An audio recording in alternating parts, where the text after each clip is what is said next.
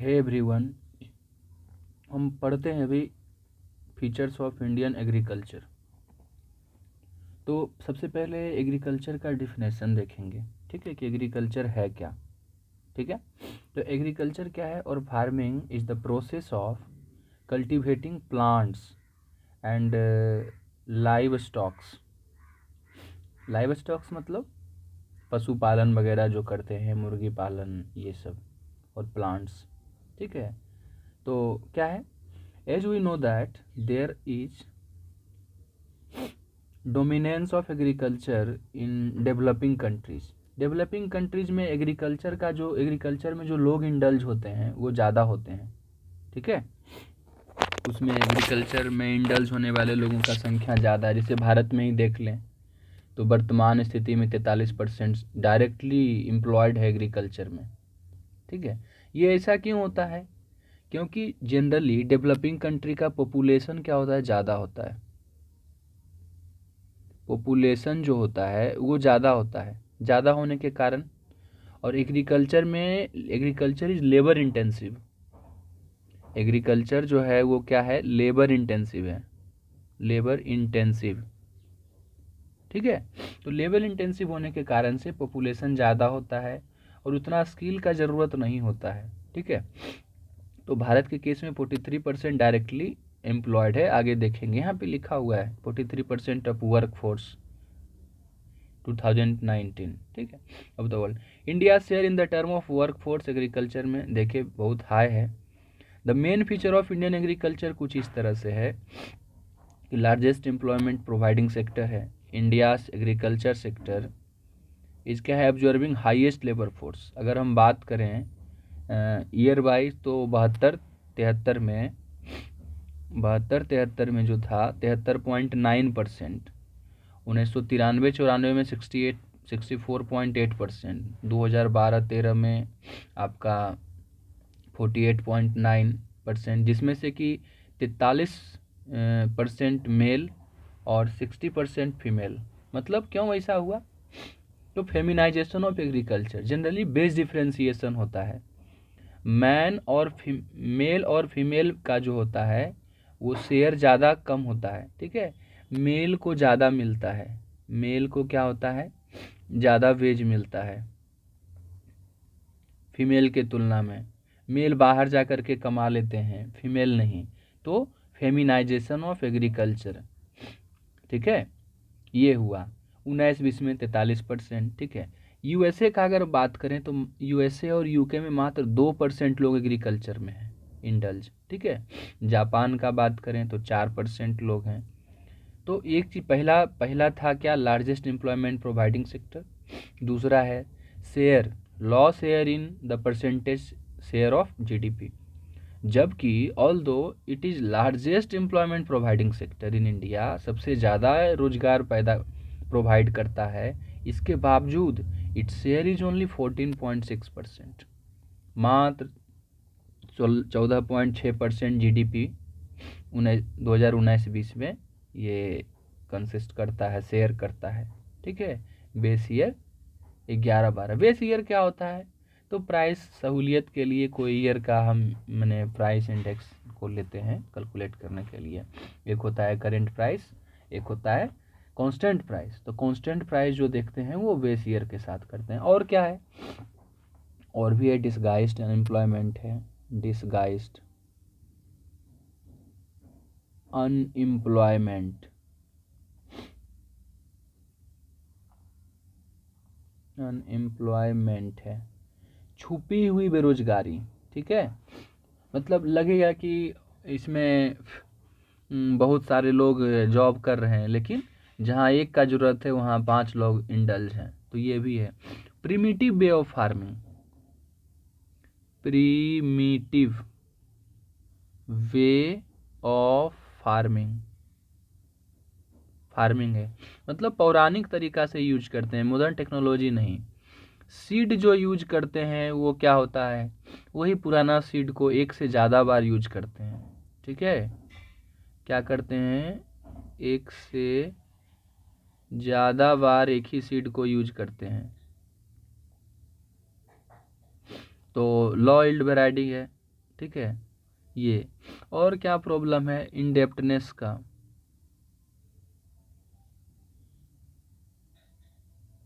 मतलब कि ऋण में ऋणग्रस्तता, ऋणग्रस्तता,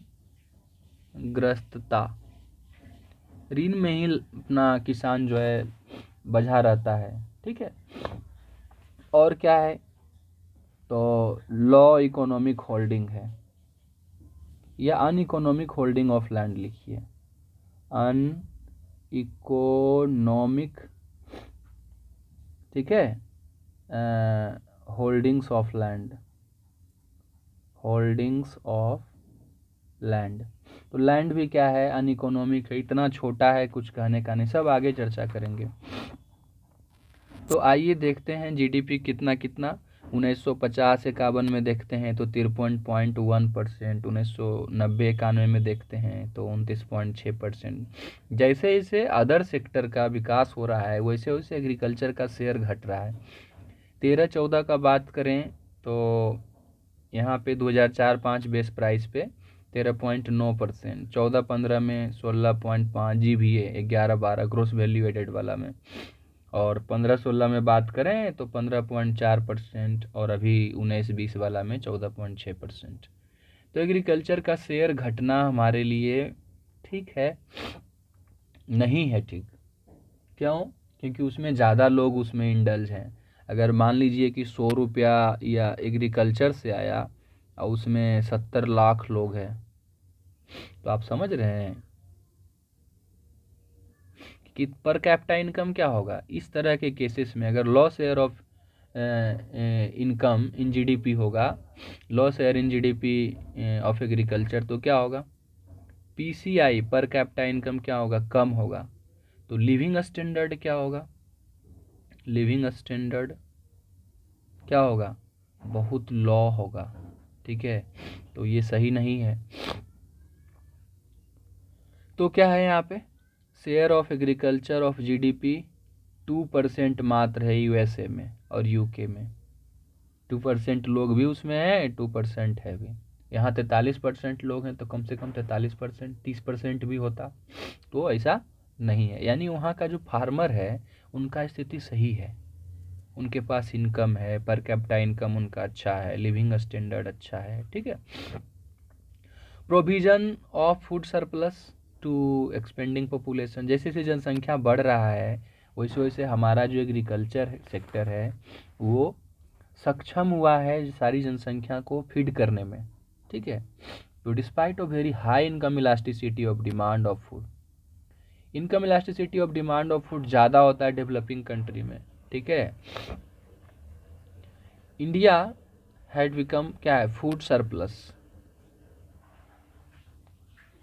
producer in several grains like rice, ये सब में क्या है, फूड सरप्लस इंडिया के पास रहा। इंडियन एग्रीकल्चर इज क्या है, providing raw material to industries. स्वाभाविक बात है कि इंडस्ट्रीज को रॉ मटेरियल, माइनिंग भी एग्रीकल्चर में ही आता है, तो उसको ये देता है, जैसे कि आलू चिप्स ये सब वगैरह, केएफसी को, हल्दीराम्स को, ये सब क्या है, फूड प्रोसेसिंग इंडस्ट्रीज को देता है। और ठीक है, Indian agriculture also play a crucial role in food diplomacy.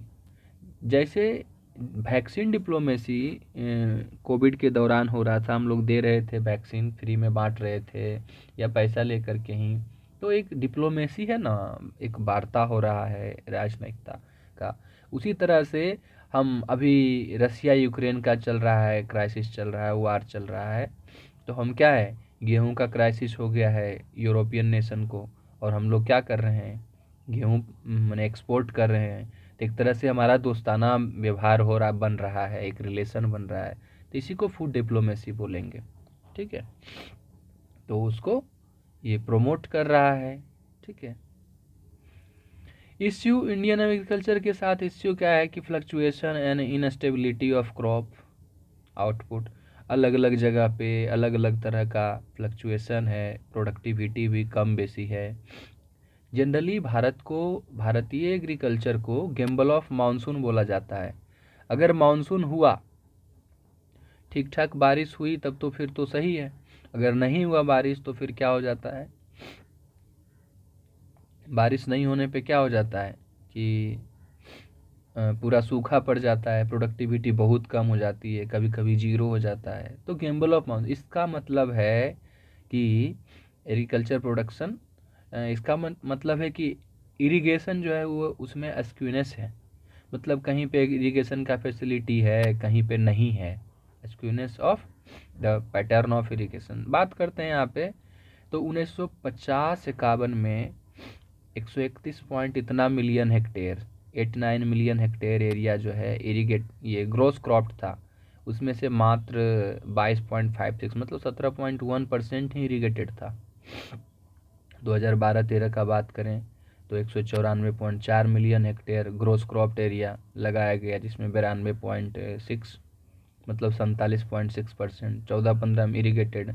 14-15 का बात करें तो ग्रोस क्रॉप्ड एरिया बढ़ रहा है, 198.37 मिलियन हेक्टेयर, इसमें से 96.7 मिलियन हेक्टेयर को इरीगेशन है, मतलब 48.7।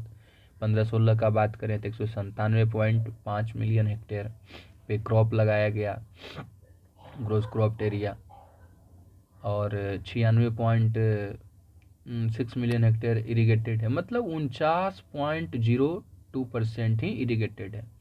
तो इतना के बाद आफ्टर 70 ईयर ऑफ इंडिपेंडेंस, ठीक है, अभी क्या है, मात्र 51% ऑफ जो ये है, मात्र नहीं बोलेंगे, 51% ऑफ एग्रीकल्चरल लैंड जो है हैव टू क्या, डिपेंड डायरेक्टली ऑन मानसून। तो ये बहुत बुरी बात है, ठीक है, मानसून पे अभी भी डिपेंडेंट हैं। अब उस किसान का क्या गलती, जहाँ पे नहीं होता है, आपका बारिश नहीं होती है, लेकिन मेहनत तो करता है और उसका आउटकम्स बहुत ख़राब आता है, ठीक है। तो ये है diversities in agriculture sector. Agriculture sector में क्या है, डाइवर्सिटीज़ है, क्रॉप का भी खास करके अलग अलग जगह पे। तो हम देखते हैं यहाँ पे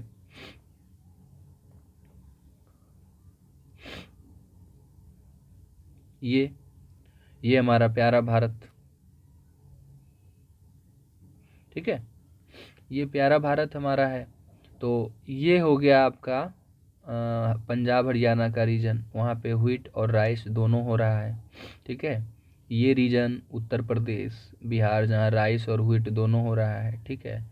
ये असम का एरिया है, ये क्या है, असम है, जहाँ पे टी हो रहा है। ये बंगाल है, वेस्ट बंगाल, यहाँ पे राइस हो रहा है।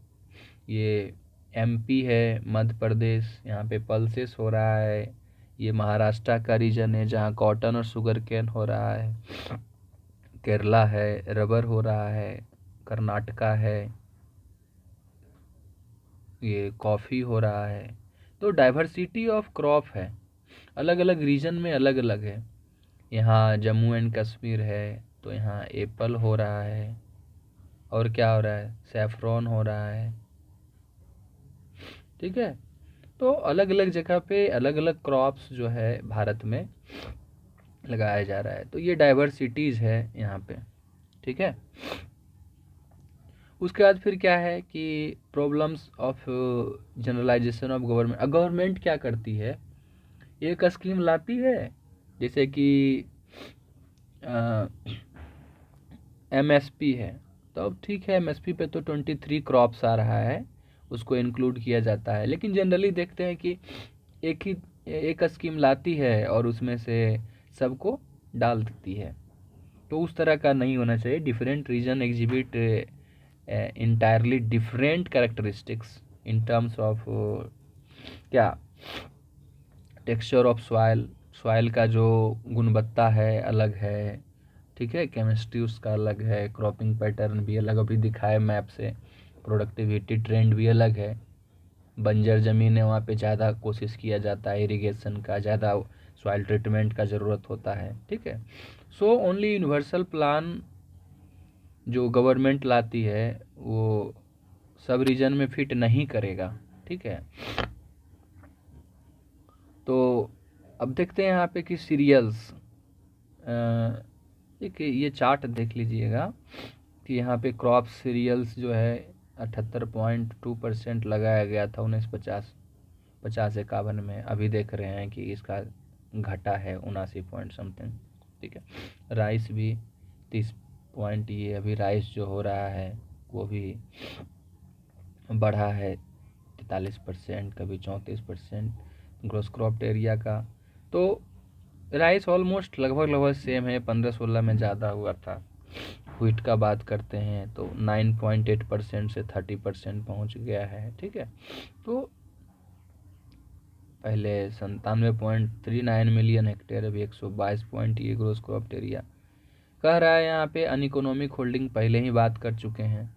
नेशनल सैंपल सर्वे के अनुसार से 85% जो होल्डिंग्स है, land holdings in India fails under size of क्या, लेस देन 2 हेक्टेयर। अब बताइए, छोटा रहेगा तो ट्रैक्टर घूर कैसे पाएगा प्लॉट में, ये बार बार कॉर्नर बर्बाद होता है, नहीं घूम पाता है।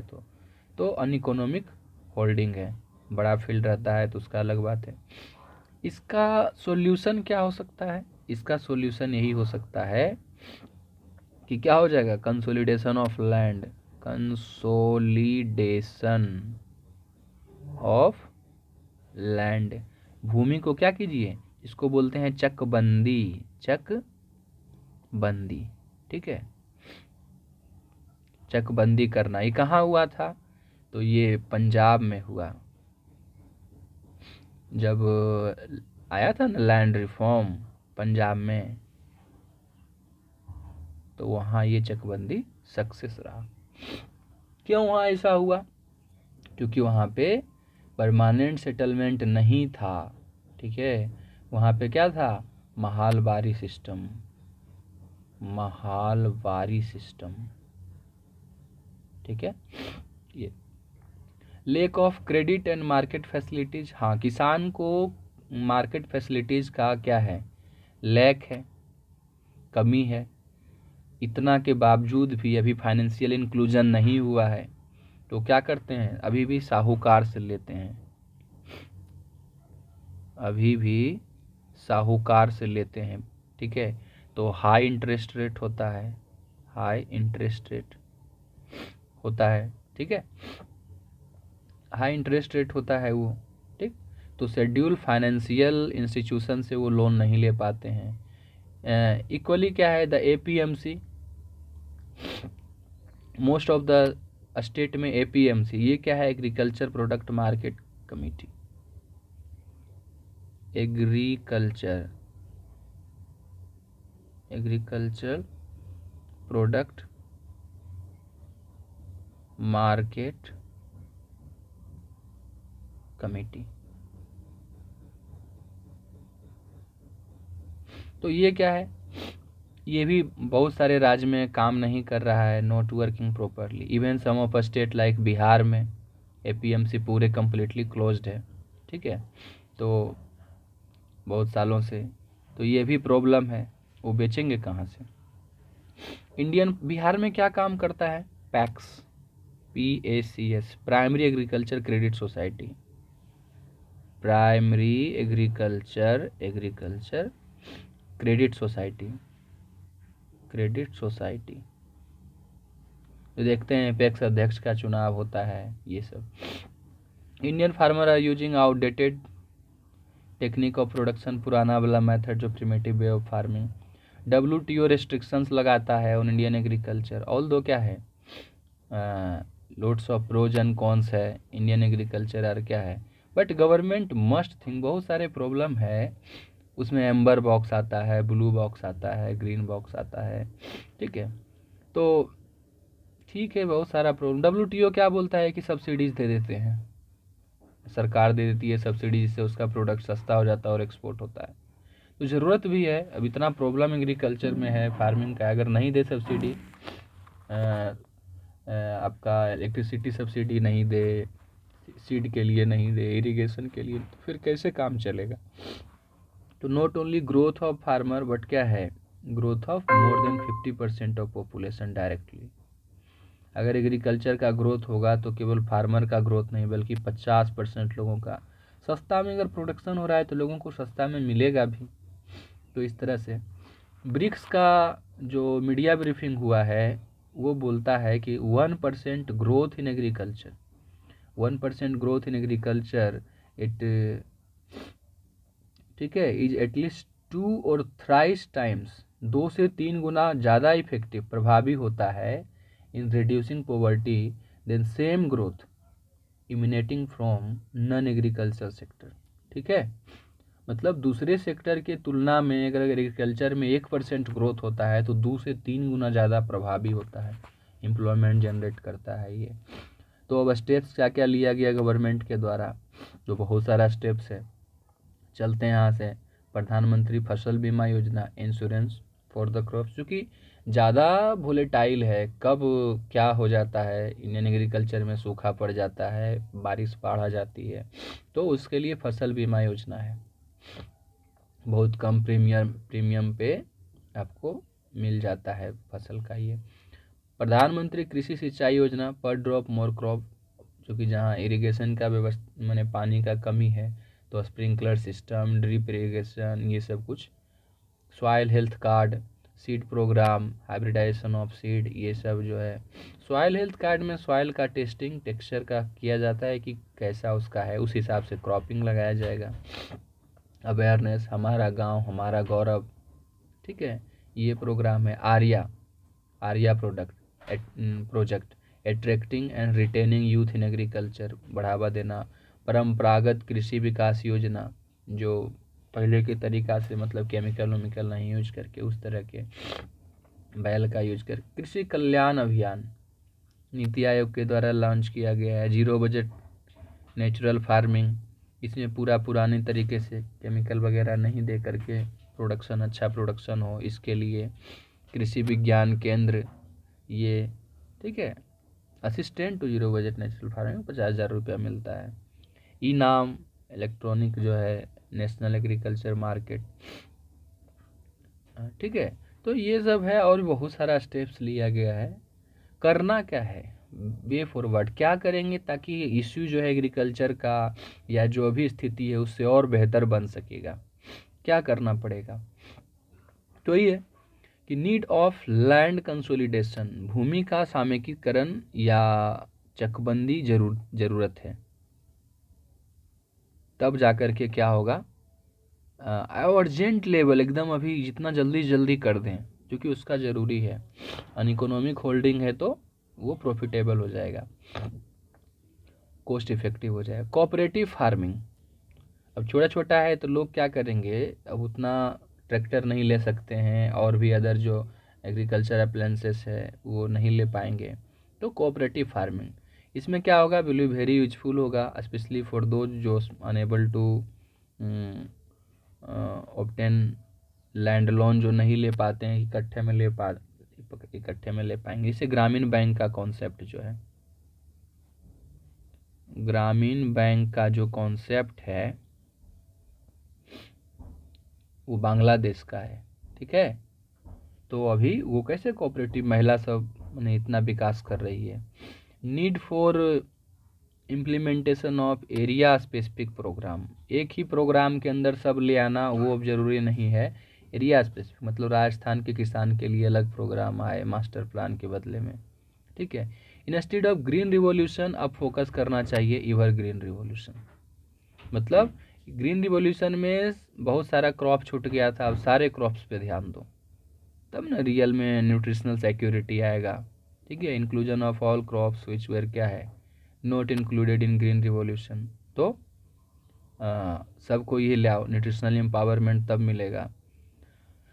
लास्ट बट नॉट लिस्ट, ऐसे तो इंडियन एग्रीकल्चर खुद अपने आप में उसका बुक आता है मोटा मोटा, लेकिन फिर भी क्या है important for Indian agriculture, our prime minister has rightly said at occasion of 75th independent, 2022 में मोदी जी बोले हैं, ठीक है, कि आज़ादी के अमृत महोत्सव में देयर्स अ नीड ऑफ जय जवान, जय किसान, जय विज्ञान और जय अनुसंधान, मतलब बॉर्डर सिक्योरिटी के लिए जितना जवान महत्वपूर्ण है, न्यूट्रिशनल सिक्योरिटी के लिए किसान महत्वपूर्ण है, ठीक है, हमारा स्पेस के लिए या अदर चीज़ के लिए जीवन को आसान बनाने के लिए विज्ञान हमारा ज़रूरी है, उसी तरह से हमको और ज़्यादा एग्रीकल्चर में प्रोडक्टिविटी के लिए, नए नए उपकरण को डेवलप करने के लिए अनुसंधान का ज़रूरत है। Innovation can play a key role in making our country great again. फिर से भारत को विश्वगुरु बनाने में हमारा ये स्लोगन जय जवान जय किसान जय विज्ञान और जय अनुसंधान कारगर साबित होगा। तो थैंक यू दोस्तों, ये देख लिए थे डाइवर्सिफिकेशन ऑफ क्रॉप्स। बहुत सारा क्रॉप्स है, कहीं फ्लावर होता है, कहीं कुछ होता है। बिहार का देखें तो मखाना होता है, तो बहुत सारा है, लेकिन मेजर क्रॉप्स का यहाँ पे हम बात किए हैं, मेजर क्रॉप्स। ठीक है, तो थैंक यू।